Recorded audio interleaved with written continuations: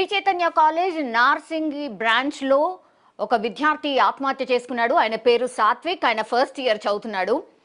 అయితే ఆయన ఆత్మహత్యకు గల కారణాలు ఏంటి అని అంటే దానికి సంబంధించిన వివరాలు చూస్తే గనక సాత్విక్ చాలా స్ట్రెస్లో ఉన్నాడు. 15 రోజుల క్రితమే వాళ్ళ పేరెంట్స్ కూడా చెప్పారు, ఆయనను కొట్టకండి, ఆయన స్ట్రెస్లో ఉన్నాడు, దయచేసి ఆయన ఎంత చదివితే అంత సరిపోతుంది, మీరేం స్ట్రెస్ చేయొద్దు అని చెప్పారట. అయితే 15 రోజుల కంటే ముందే ఏం జరిగిందంటే కాలేజ్లో సాత్విక్ అనే విద్యార్థి ఎవరైతే ఆత్మహత్య చేసుకున్నాడో ఆ విద్యార్థిని కొట్టారట. సో ఆ ఆసుపత్రి పాలు కూడా అయ్యాడట. ఆయన హాస్పిటల్లో జాయిన్ అయిన సిచ్యువేషన్కి వెళ్ళాడట. ఒక కాలేజ్లో విద్యార్థిని కొట్టితే 15 రోజుల పాటు హాస్పిటల్లో ఉన్నాడంటే శ్రీ చైతన్యలో ఏం జరుగుతోంది? ఆయన స్టిల్ పేరెంట్స్ అతనికి నచ్చజెప్పి ఫస్ట్ ఇయర్ చదువుతున్నాడు కాబట్టి ప్లీజ్ మా అబ్బాయికి స్ట్రెస్ చేయకండి, దయచేసి ఆయన ఎంత చదివితే అంత సరిపోతుంది అని చెప్పి దిగబెట్టి వచ్చారట. కానీ ఆఫ్టర్ 15 డేస్ చూస్తే సాత్విక్ ఆత్మహత్య చేసుకొని చనిపోయిన సిచ్యువేషన్. అయితే వివరాల ప్రకారం చూస్తే గనక ఈ ఇన్సిడెంట్లో కాలేజ్లో నిన్న రాత్రి సాత్విక్ ఆత్మహత్య చేసుకుంటే అందులో ఆ కాలేజ్లో కేవలం ఒక వార్డెన్ ఉన్నాడట.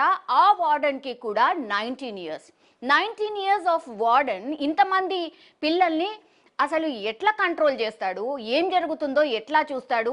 ఇదొక పెద్ద క్వశ్చన్ మార్క్. అయితే సాత్విక్ ఆత్మహత్య చేసుకున్నప్పుడు తోటి విద్యార్థులు వెంటనే స్పందించి గమనించి హాస్పిటల్కి తీసుకువెళ్ళండి అని యాజమాన్యానికి ఆర్ సో కాల్డ్ వార్డెన్కి చెప్పినా కూడా ఆయన స్పందించలేదట. తీసుకెళ్ళండి, సంథింగ్ లైక్ మా దగ్గర అయితే ఏమీ లేదు, మీరు వెళ్ళి తీసుకెళ్ళండి అని చెప్పాడట. ఇక్కడ ఒక నిర్లక్ష్యం. సో స్టూడెంట్స్ అందరూ వెంటనే స్పందించి బయటకి తీసుకువెళ్ళి సాత్విక్ని వాళ్ళే వేరే ద్వారా లిఫ్ట్ తీసుకుని లిఫ్ట్ అడిగి ఆయనను హాస్పిటల్కి షిఫ్ట్ చేశారట. హాస్పిటల్కి తీసుకువెళ్లే లోపే సాత్విక్ చనిపోయాడు. సో ఇక్కడ చాలా మేజర్ డౌట్స్ ఉన్నాయి. పేరెంట్స్ అయితే ఒకటే కోరుతున్నారు, యాజమాన్యమే చంపేసింది సాత్విక్ని. ఎందుకంటే గతంలోనే మేము చెప్పాం సాత్విక్ స్ట్రెస్లో ఉన్నాడు, దయచేసి ఆయన స్ట్రెస్ చేయొద్దు అని దిగబెట్టి వచ్చాం. అయినా సరే వాళ్ళ ఒత్తిడి వల్లే మా కొడుకు సాత్విక్ చనిపోయాడని పేరెంట్స్ అయితే ఆరోపిస్తున్నారు. సాత్విక్ మృతితో అయితే శ్రీ చైతన్య కాలేజ్ ఎదుట విద్యార్థి పేరెంట్స్ అండ్ విద్యార్థులు అయితే ఆందోళనకు దిగారు. రోడ్డుపై బైఠాయించి నిరసనకు కూడా దిగారు. కాలేజ్ సిబ్బంది నిర్లక్ష్యంతోనే సాత్విక్ చనిపోయాడని వాళ్ళు ఆరోపిస్తున్నారు. చదువు కోసం పంపిస్తే చంపేస్తారా అంటూ కూడా వాళ్ళు ఆవేదన వ్యక్తం చేసిన సిచ్యువేషన్ ఉంది. దోషులను కఠినంగా శిక్షించాలి అని సాత్విక్ సోదరుడు కూడా పోలీసుల కాళ్లపై పడి ప్రాధేయపడిన సిచ్యువేషన్. సో ఈ సందర్భంగా కాలేజ్ సిబ్బంది మాత్రం దాడి చేసిన దృశ్యాలను విద్యార్థులు విడుదల చేశారు.